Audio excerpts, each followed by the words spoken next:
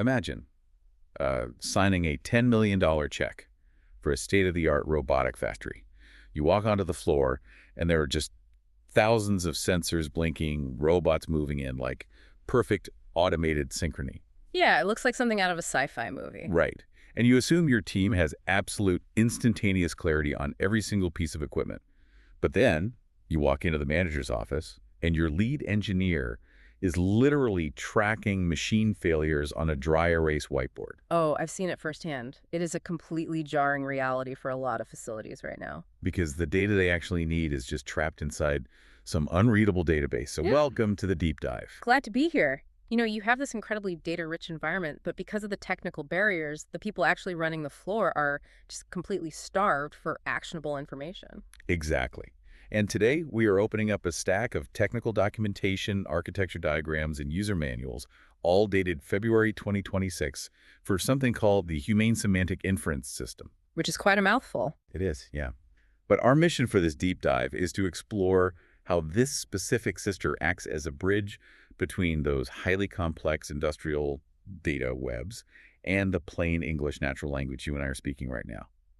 Because what we are really looking at here is a fundamental shift in how humans interface with industrial data. Okay, let's unpack this. Because reading through these specs, this technology completely replaces those rigid, clunky dashboards we are also used to staring at. It really does. It flips the whole paradigm. But before we get into the actual architecture, we need to understand the motivation. Like, why build this? To frame this, I think it helps if you, the listener, look at it through the lens of a CTO interviewing a lead developer. Oh, that's a great way to look at it. Right, so let's say I'm that CTO, I'm looking at my budget, I'm looking at my perfectly functional SQL databases, and I ask my lead engineer, why on earth are we ripping out our standard databases to build this natural language knowledge graph? Well, the lead developer's response is basically going to be that the old ways actively holding the company back. I mean, let's look at a standard SQL database. It organizes data into rigid tables, right? Rows and columns. Yeah, like a giant Excel sheet. Exactly. And that is fine for a spreadsheet. But a modern factory is not a spreadsheet. It is a highly interconnected web of relationships. Right, because a machine isn't just a machine. Exactly. A machine is connected to a power grid. It's operated by a specific shift worker, producing a part that goes into a specific order. Which is why the HumAIne system uses a graph database, specifically Neo4j, where data is stored as nodes and relationships rather than those rows and columns. Precisely. But here's the catch. To pull data out of a Neo4j graph, you have to use a highly specialized query language called Cypher. And I'm guessing a guy fixing a drill on the floor doesn't know Cypher. Not at all. Cypher is incredibly powerful for a data engineer, but a manufacturing engineer on the floor does not know it. They just want to ask an ad hoc question. And traditional dashboards fail here too, right? Yeah. Because they're hard-coded. Yeah. Dashboards are pre-programmed for predictable metrics. The moment an engineer has a novel question, say, comparing the historical energy consumption of two specific circular saws over a holiday weekend, the dashboard is just completely useless. It's like having a massive, sprawling library holding all the knowledge in your company, but the card catalog is written entirely in ancient Sumerian. That is exactly what it's like. If you don't speak Sumerian, those books are invisible. So this HumAIne system essentially translates that card catalog into English. You just ask the question, the AI writes the Cypher query behind the scenes, searches the graph, and hands you the answer. But to build that library in the first place, you need a standardized way to ingest the data. And that prompts the second major question your hypothetical CTO would ask. Which is, how does this new system handle our existing industry standards? Right. Because you can't just throw raw data at an AI and hope for the best. So reading the documentation, the HumAIne system relies heavily on the Asset Administration Shell, or AA. And for those of you who might not live in the manufacturing world, AA is a major Industry 4.0 standard.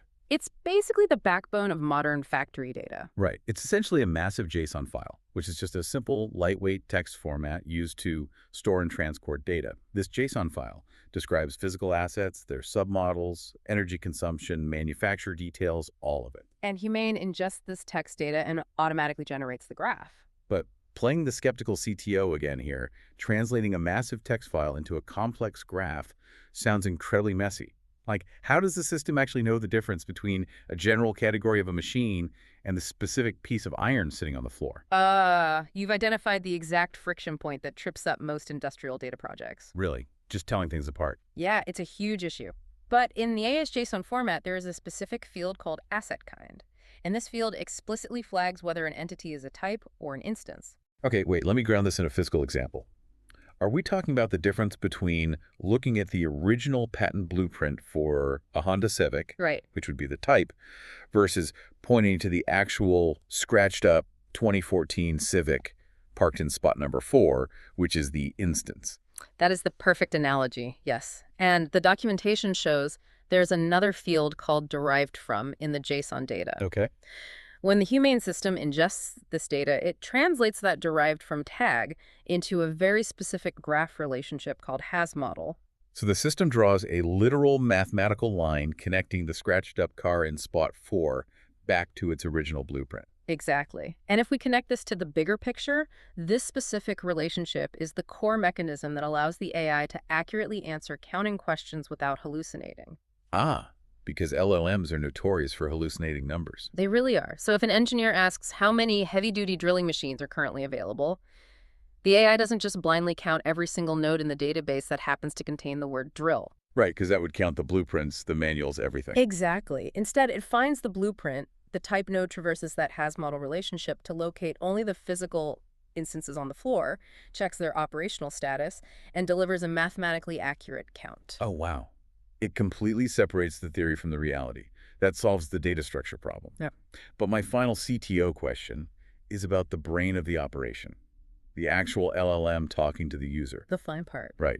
The specs show this system features a switchable API, meaning you can toggle between OpenAI's GPT-4o and Google's Gemini 2.0 Flash. Right. My first instinct looking at this is that it's purely a cost-saving measure, right? Why else would you constantly swap out your AI's brain? Well, cost is a significant factor, sure, but it is actually about matching a cognitive tool to the specific operational task. GPT-4o is your premium option. Right, the heavy hitter. Exactly. Yeah. It is designed for complex, highly detailed analytics. If an engineer needs a deep dive root cause analysis on why a specific production line failed last Tuesday, you want GPT-4o processing that graph data.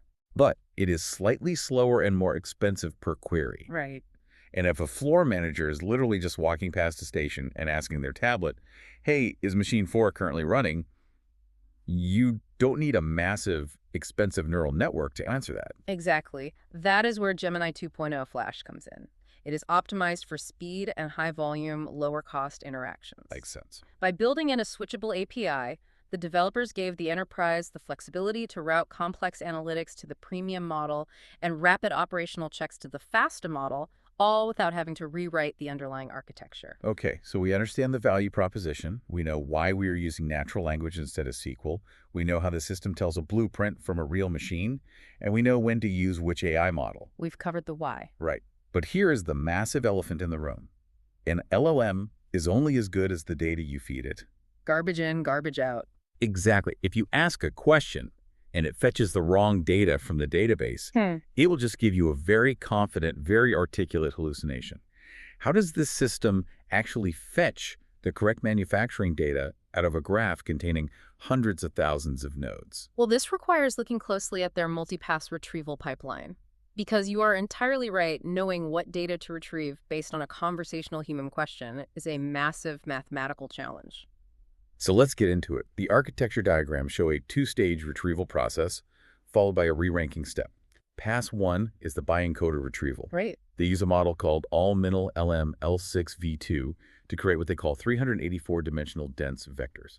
For anyone listening who isn't a data scientist, imagine a map. Okay. But instead of just plotting a location using latitude and longitude, which is just 2 dimensions, this system takes every single piece of data in the factory and plots it across 384 different coordinates of meaning. That mapping of meaning is crucial. When you ask the system a question, your question is also converted into one of those 384-dimensional vectors. Yeah. The system then performs a schema-agnostic cosine similarity search. Meaning it calculates the mathematical distance between the concept of your question and the concepts of the data. Yes.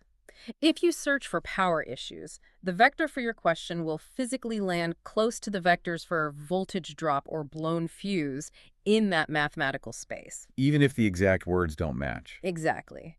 And because it is schema agnostic, it does this instantly across all their supported formats. It scans the AS-JSON files, simple CSV spreadsheets, and even RDF, which is essentially a framework for linking data so machines can read it like a web without needing custom code for each. But wait, if Pass 1 is just matching general vibes and meanings, what happens when an engineer types in an exact, completely random alphanumeric serial number?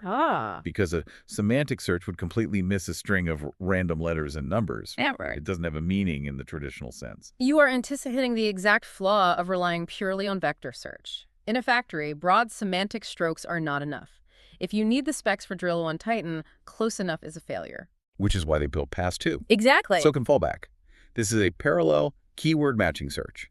It tokenizes the query, meaning it chops your question up into individual words or segments to find exact property matches inside the database. Right. So if Pass 1 is like walking into a video store and describing the plot, saying, I want that movie with the cloned dinosaurs on an island. Pass 2 is for when you walk in and just say the exact title. Jurassic Park. Exactly. That is a brilliant way to conceptualize it. Pass 2 guarantees that highly specific technical identifiers are not ignored just because their mathematical vector was a little far off. So it runs both of these searches simultaneously, merges the results, and deduplicates them. Correct. Okay, here's where it gets really interesting. You've got your merged list of data suspects from Pass 1 and Pass 2.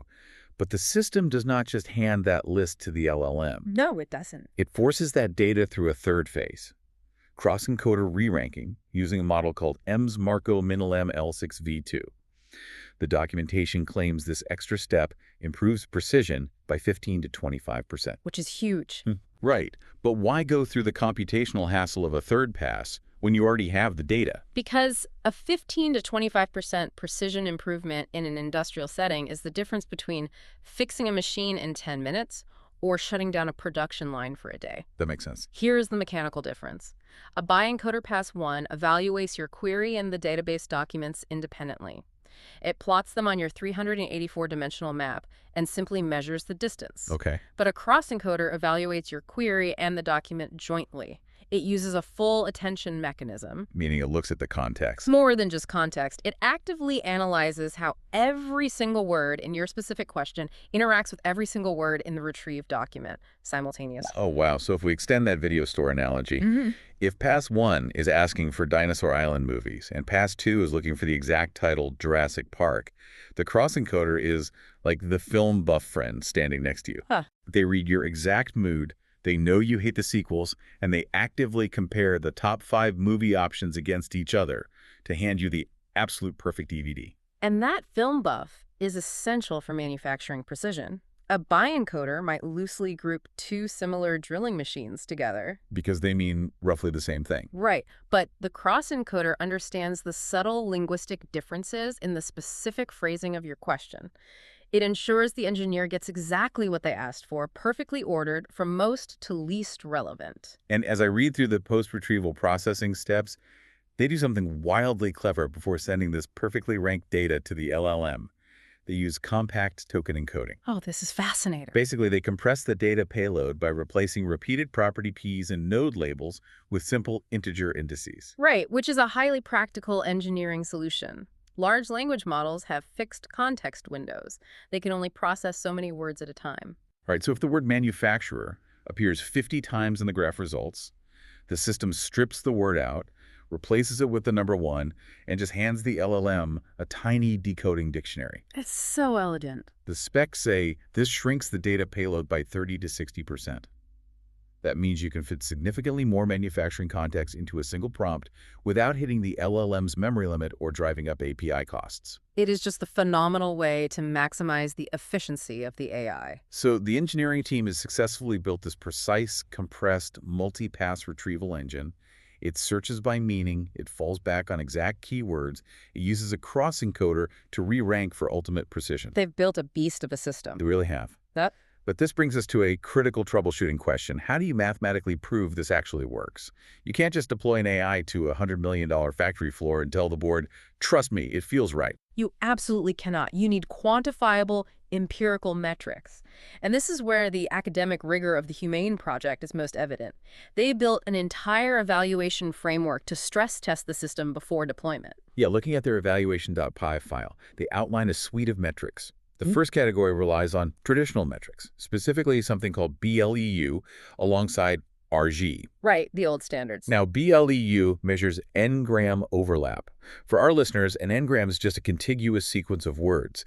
If the human-written correct answer is the machine is operational, an n-gram checker looks to see if the AI generated those exact words in that exact order. Correct. But I have a major problem with this approach. If BLEU demands exact word matching, won't it heavily penalize an AI that gives a perfectly accurate answer using a synonym? Yes, it absolutely will. Say the AI responds, "The machine is currently working." BLEU gives that a terrible score, even though it's completely true. Isn't that rigid matching the exact opposite of what a natural language system is supposed to do? You are pointing out a massive historical flaw in AI evaluation. Traditional lexical metrics like BLEU were designed decades ago for early machine translation. Like translating French to English. Exactly. They are rigid by design. They are somewhat useful for making sure the AI isn't completely dropping critical nouns or serial numbers, but they fundamentally fail to measure actual comprehension. Because they don't understand meaning. Right.